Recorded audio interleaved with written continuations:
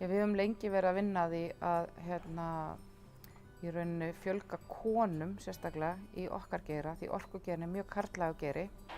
og við höfum gert það með ýmsu móti, en við höfum sérstaklega á síðustu árum verið að huga svolítið á iðn- og starfsnámi og við höfum verið að gera það með því að vera í samvinnu við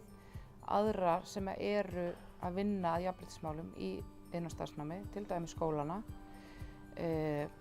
og svona fagfélög, stéttarfélögin. Svo höfum við verið að gera bara ýmislegt sjálf. Við höfum verið að vekja athygli á stöðu iðngreinanna í samfélaginu og við höfum verið að gera ýmis verkefni sjálf, eins og til dæmis það að við erum í samvinnu við Árbæjarskóla, þar sem að við í rauninni bjóðum upp á valkúrs, heilsárskúrs fyrir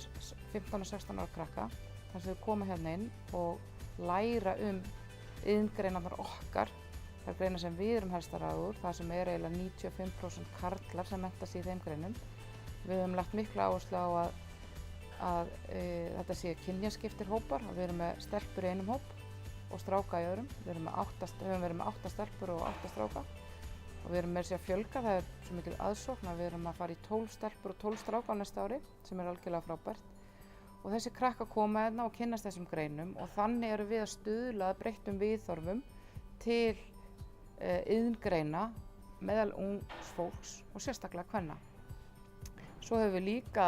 tekið það skref að við auglýsum nemastöður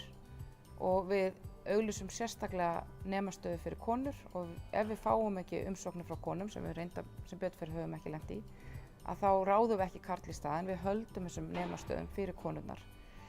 Við höfum líka verið mjög duglega að taka á móti skólahópum og þetta Árbæjarskólaverkefni hefur vakið miklu athygli og það eru mjög margir skólahópar sem koma hingað, og þá höfum við lagt áherslu á til dæmis að